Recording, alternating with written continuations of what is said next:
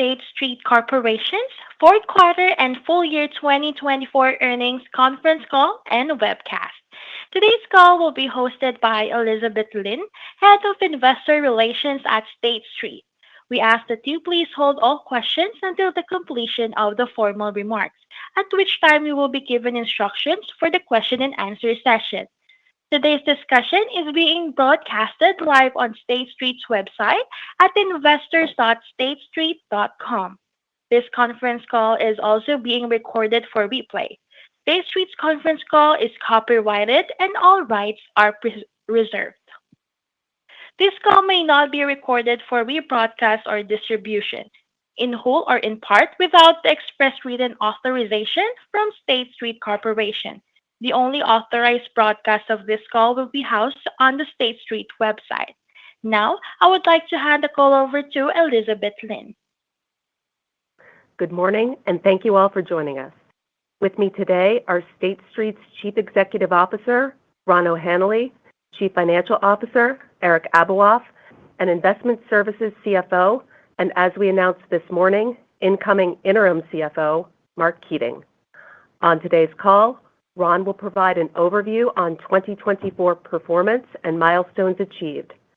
Eric will then walk through the fourth quarter and full year 2024 earnings results in detail, and both Eric and Mark will provide our 2025 outlook, after which we'll be happy to take questions. Today's presentation is available on the Investor Relations section of our website, investors.statestreet.com. Before we get started, I'd like to remind you that today's presentation will include results presented on a basis that excludes or adjusts one or more items from GAAP. Reconciliations of these non-GAAP measures to the most directly comparable GAAP or regulatory measure are available in the appendix to our presentation. In addition, today's call will contain forward-looking statements. Actual results may differ materially from those statements due to a variety of important factors, such as those referenced in our discussion today and in our SEC filings, including the Risk Factor section in our Form 10-K. Our forward-looking statements speak only as of today, and we disclaim any obligation to update them, even if our views change. With that, let me turn it over to Ron. Thank you, Liz, and good morning, everyone. Before we begin, I want to acknowledge the terrible wildfires devastating parts of Los Angeles. Our thoughts are with all those impacted by this terrible event, including our colleagues and clients, as well as the brave first responders working to protect the impacted communities. Turning now to our quarterly investor presentation, our fourth quarter results represent a strong close to a strong year for State Street. We entered 2024 with a clear set of strategic priorities aimed at driving revenue growth, improving our sales performance, strengthening our market position, and enhancing our operating model. We executed well against these objectives, enabling us to serve our clients and deliver strong financial performance and continued business momentum for our shareholders. These results included both positive fee and total operating leverage, pre-tax margin expansion, and higher earnings growth, illustrating the power of our franchise and the effectiveness of our strategy. The foundation for our strong business performance in 2024 was laid in prior years, building upon the significant strategic investments we have made in our capabilities and our client value proposition to be our client's essential partner and lead with service excellence. These actions have positioned State Street to compete better and win. Turning to slide 2 and beginning with our financial highlights, I am particularly pleased with our improved revenue performance. Full-year fee and total revenue increased 7% and 9% respectively. Excluding notable items, fee revenue, NII, and total revenue each increased by a solid 6% year-over-year in 2024. Year-over-year, each revenue line contributed positively, including double-digit growth in management fees, FX trading services, and front office software and data revenues, while we also delivered a second consecutive year of record NII. Full-year EPS was 8.21 as compared to 5.58 in 2023. Excluding notable items, EPS growth was up 13% year-over-year. Pre-tax margin expanded by more than 100 basis points, while full-year return on average tangible common equity was a robust 19%. Turning to our strong business momentum in 2024, our key business performance indicator, including wins, clearly illustrate the effectiveness of our strategy in positioning State Street to effectively serve our clients, compete better, and gain share. 2024 was an important year of business growth and significantly improved sales performance, which sets us up well as we look forward to drive further fee revenue growth in 2025 and beyond. In investment services, we generated very strong AUCA wins of over $2.3 trillion in 2024, including $1.1 trillion of wins in Q4. Full-year new servicing fee revenue wins were $377 million, including $154 million in Q4. The strength of our sales performance in the fourth quarter was underpinned by a large strategic and multi-regional win with an APAC asset owner. With the strong fourth quarter sales performance, we achieved our goal of $350 to $400 million of new servicing fee revenue wins in 2024. State Street Alpha brings together the full depth and breadth of our servicing and software solutions and is a clear competitive advantage for State Street's investment services business. Our strong full-year sales performance in 2024 demonstrates the strength of this compelling value proposition.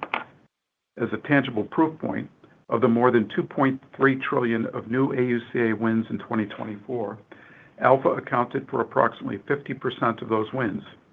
All told, we won 7 new Alpha mandates in 2024, including 2 new mandates in Q4, achieving our goal of 6 to 8 new Alpha clients last year. Our investment management franchise had another strong year of strategic progress, with both 4Q and full-year management fees achieving record levels. We continue to strategically broaden Global Advisors' product and distribution capabilities, which has positioned the business for future growth and from which we are already realizing the early benefits of these strategic actions. We generated $146 billion of net new assets in 2024, including $64 billion in 4Q. This equates to over 3% organic AUM growth for the second year in a row, well above the 2% target we laid out early last year.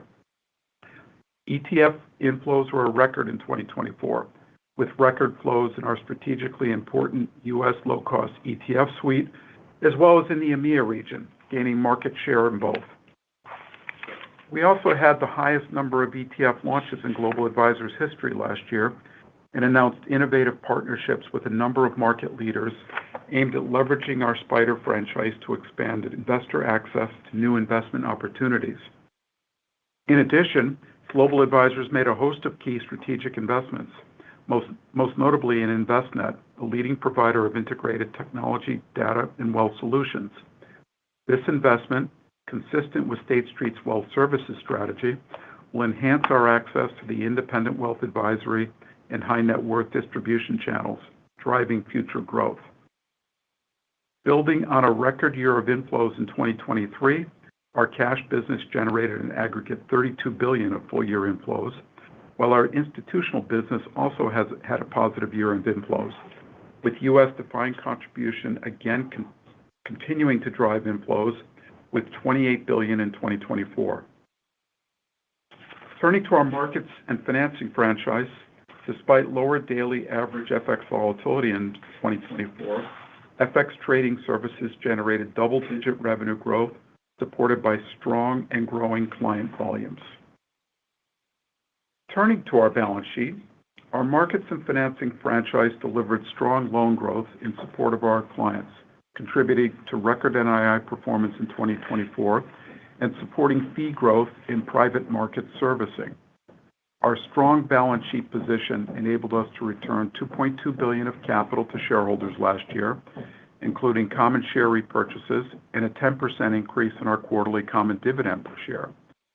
As we look ahead, we remain focused on consistently returning capital to our shareholders and are targeting a payout of about 80% of earnings in 2025, subject to market conditions and other factors. Finally, 2024 was also an important year for our transformation as we continue to focus on core operating model improvements to enhance our client and colleague experience and generate increased productivity. we made a number of key investments in operational simplification, automation, and technology modernization. These actions contributed to the approximately $500 million of year-over-year productivity savings that we achieved in 2024, in line with our target. The majority of these savings are recurring and will enable us to continue to increase our investments in alpha, custody, private markets, and asset management distribution to drive the sales and momentum to power our next wave of growth. Further, excluding notable items, these transformation efforts supported the approximately 200 basis points of both positive fee and total operating leverage in 2024, even as underlying expenses increased by 4% year-over-year, driven in part by higher revenue-related costs. In summary, our fourth quarter results represent a strong close to a strong and important year for State Street. Good execution against a clear set of strategic priorities enabled us to support our clients better and deliver strong financial results. Our strategic actions have positioned State Street to compete better and win, as evidenced by the accelerating business momentum we generated from start to finish in 2024. As you know, last October, we announced that our CFO of 8 years, Eric Abeloff, will be departing State Street in February. At that time, we launched a formal search process to identify a successor, which is progressing very well and as planned. This morning, we announced that Mark Keating, EVP and CFO for Investment Services, will serve as our interim CFO following Eric's departure next month, while our search for a permanent CFO continues. Mark is a 30-year State Street finance veteran who has worked in almost every area of our business across 3 continents. As the executive finance leader within our largest segment, Mark has been instrumental in supporting our transformation efforts, driving revenue growth initiatives, and he brings deep operational expertise, a partnership mindset, and team-building focus. Once again, I want to thank Eric for his leadership and wish him well in his new role. With that, let me hand the call over to Eric, who will take you through the quarter in more detail. Thank you, Ron. Before I begin my review of our financial results, let me briefly discuss some of the notable items we recognized in the fourth quarter on the right panel of slide 3. Fourth quarter notable items collectively totaled $58 million pre-tax, or 14 cents a share, and were largely driven by an acceleration of expenses associated with certain prior period deferred incentive compensation awards to allow our compensation program to be more competitive with peer practices. Notable items this quarter also included an FDIC special assessment release and some other small items. Our fourth quarter results are the culmination of the important work we accomplished throughout 2024 and reflect broad-based fee growth across the entire franchise, up 13%, higher NII, up 10%, and continued capital return. As detailed on the left panel of the slide, and excluding notable items, in the fourth quarter, we also achieved a pre-tax margin of about 30% and an ROE of over 13%, while year-on-year EPS growth was a robust 27%. On a full year 2024 basis, and excluding notable items, we were pleased to deliver strong revenue growth of 6%, both positive fee and total operating leverage of about 200 basis points each, and a pre-tax margin of approximately 28%, contributing to strong EPS growth of 13% and an ROE of roughly 12% for the year. Our 2024 results demonstrate the strong momentum we are seeing across our various businesses and provide a strong step-off as we move into 2025. Turning now to slide 4, as detailed on the left panel of the slide, period-end AUCA and AUM both increased nicely year-on-year in the fourth quarter, supported by the market tailwinds and positive client flows. On the right panel of the slide, we detail some of the key market indicators that impact our business. Most of the market drivers, global equity markets, bond markets, FX volatility, and industry flows are up year-on-year, which we have successfully monetized in the form of revenue growth this quarter.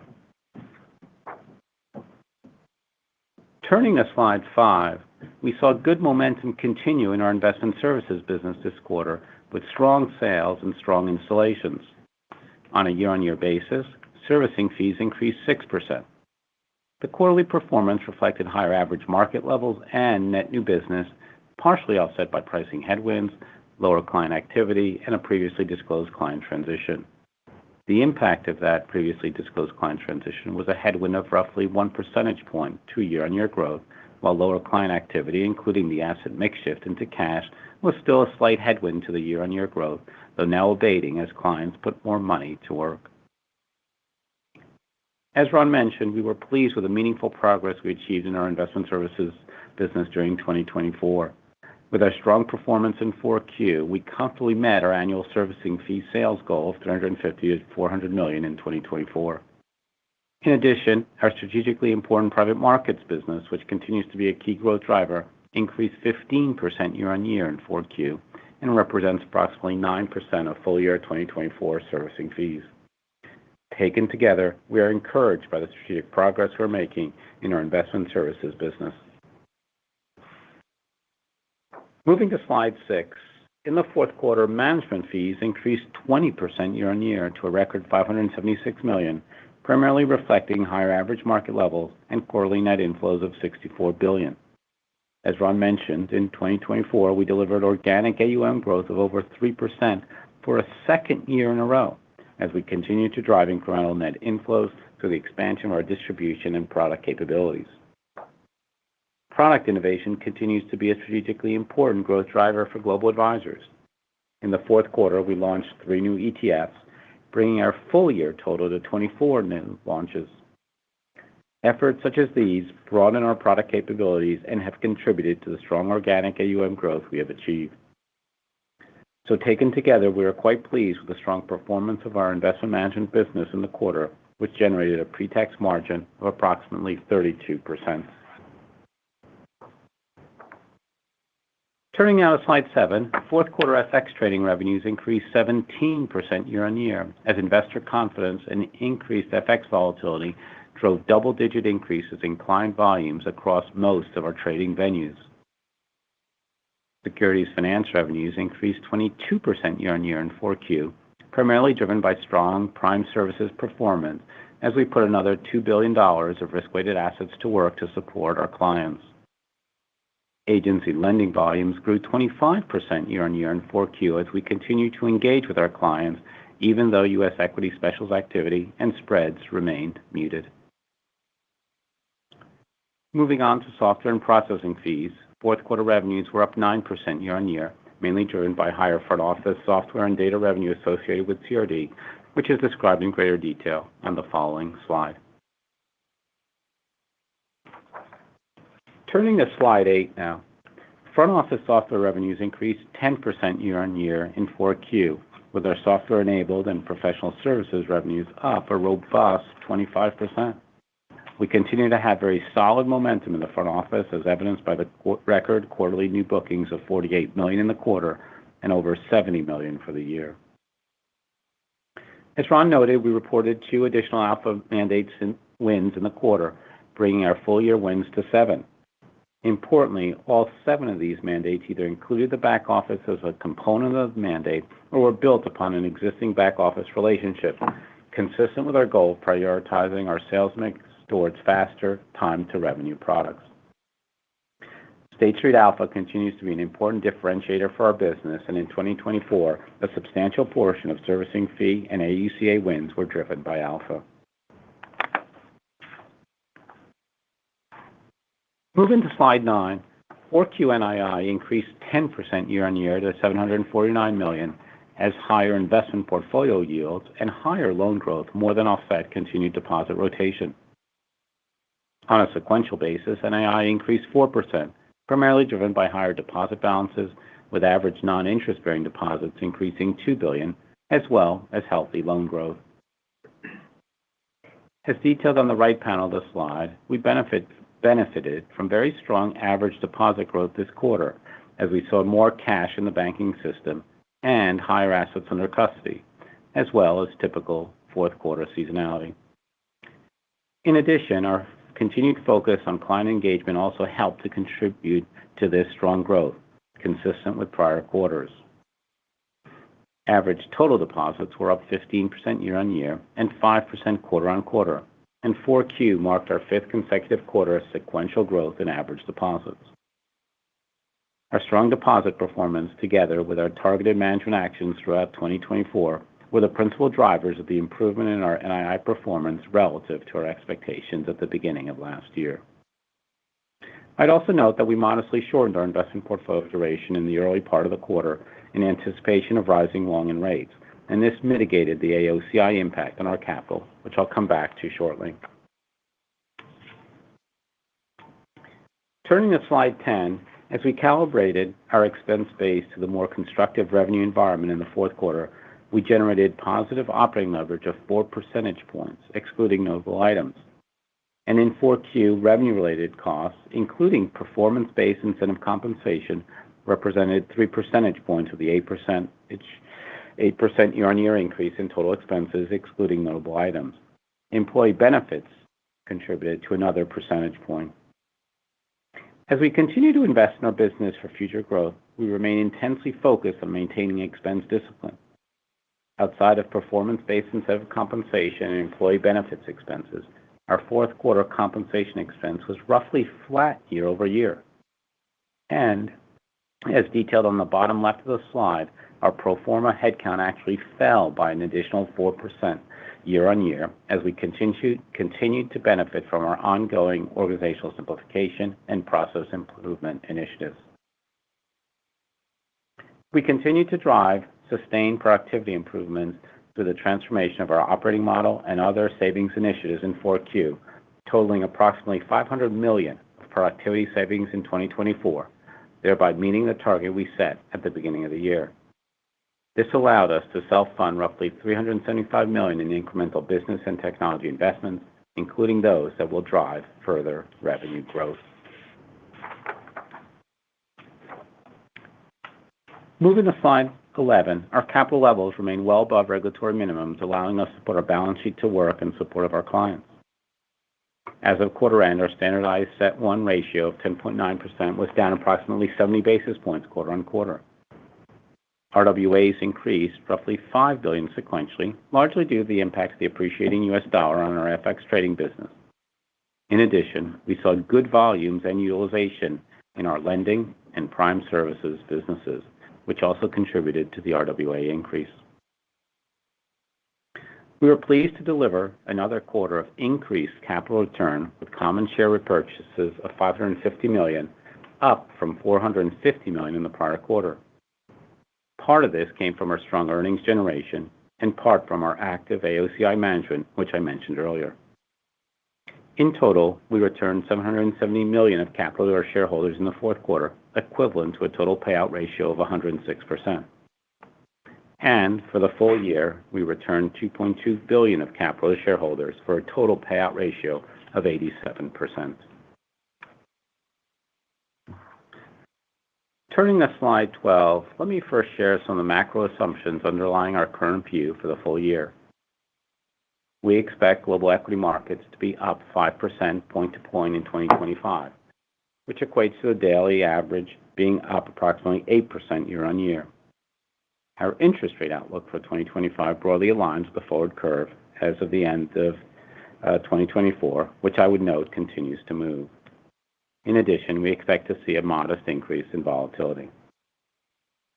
With that as an economic backdrop, I'd like to turn the call over to Mark to walk through expectations for 2025.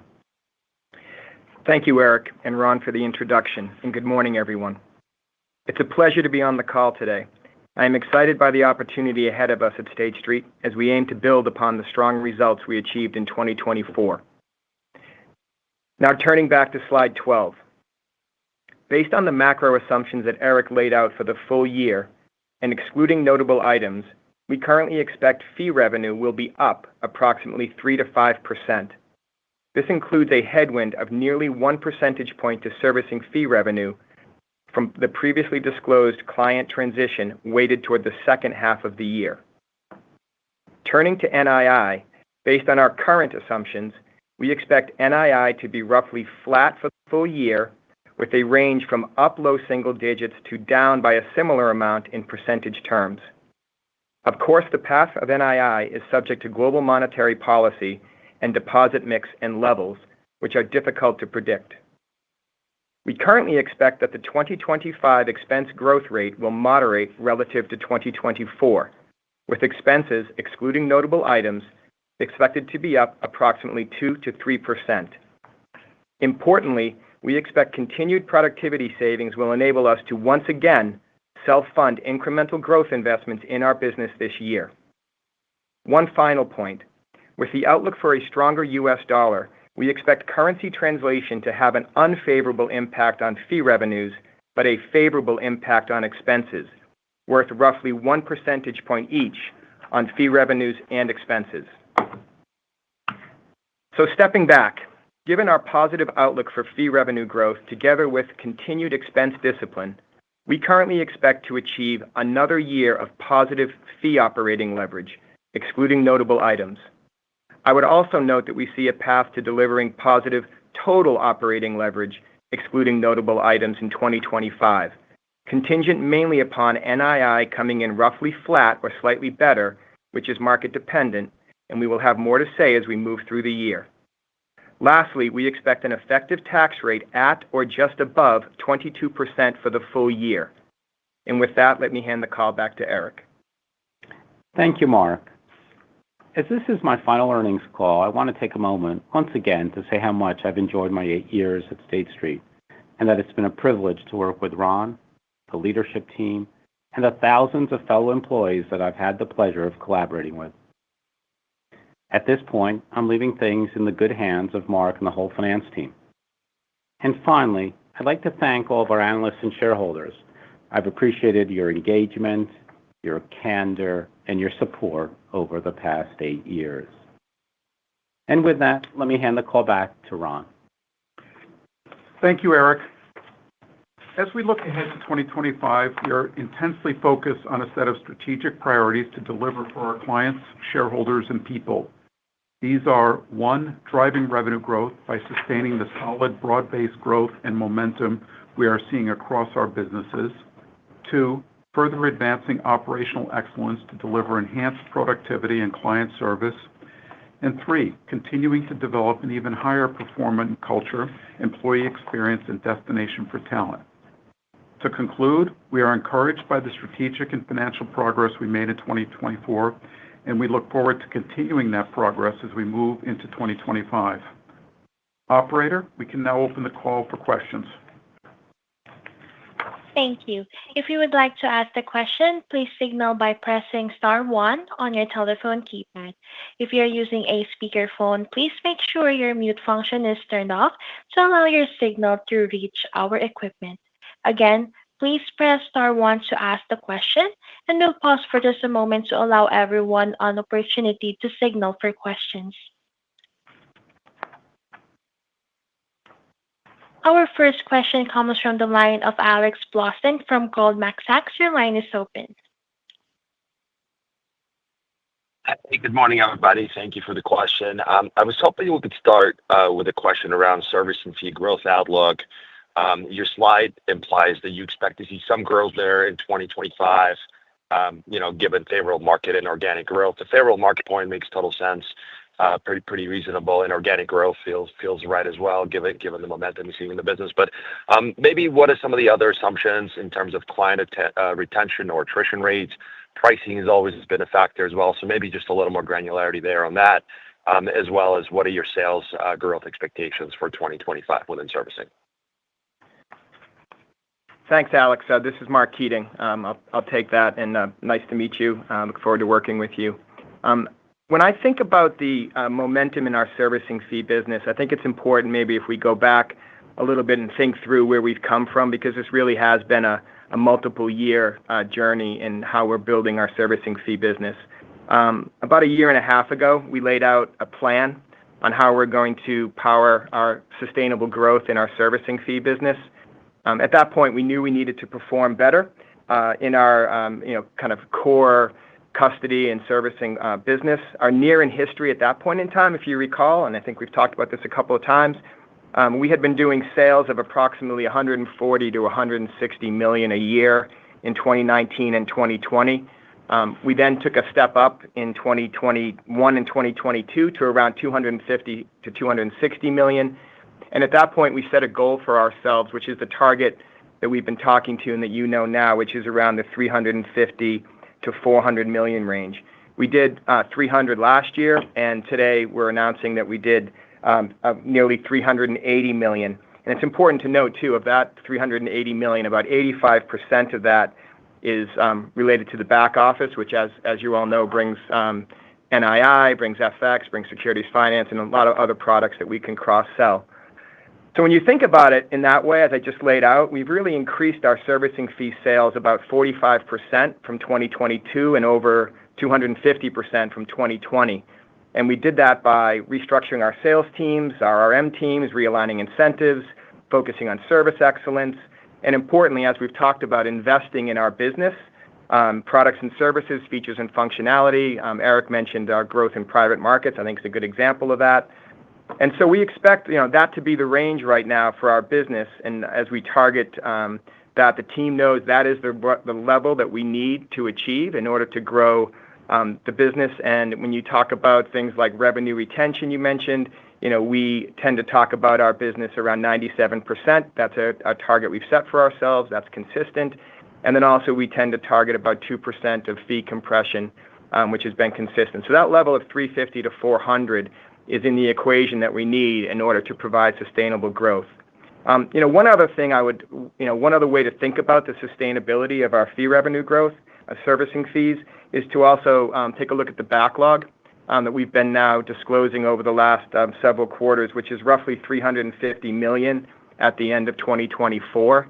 If you go back, and we've disclosed this, that figure was roughly 200 million at the end of Q3 2023. So that's an increase of nearly 75%, which I think is another good proof point because that represents future revenue to come on our platform. And we expect that needs to be in that range as we go forward to power sustainable growth. So those are the things that I think about in terms of gauging our ability to continue to drive our fee revenue growth. We laid out a plan.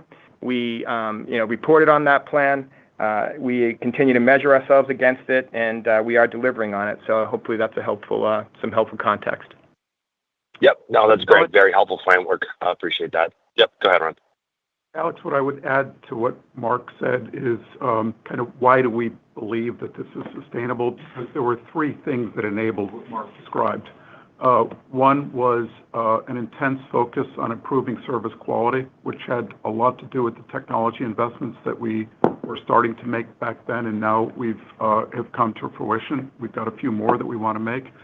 Second was enhancing capabilities in areas such as core custody, private markets, as well as Alpha broadly. And we've talked about Alpha being a back office and servicing fee gathering machine. And then thirdly was just in raw sales capabilities. There's been a significant buildup of those capabilities, change out of some people.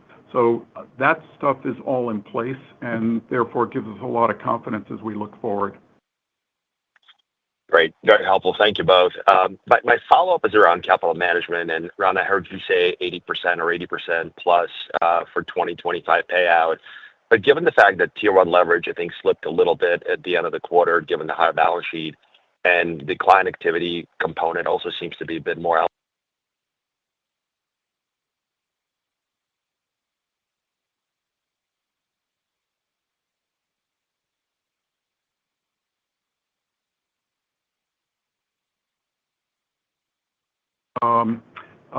So in aggregate for the year, 80% return to our shareholders, combination of dividends and buybacks. There is a seasonality to this. I mean, you saw what it was last year, and probably you should expect to see something similar this year. So starting out modestly and then continuing to progress. Okay, great. And Mark, nice to meet you as well. And Eric, best of luck. All the best wishes. Thank you.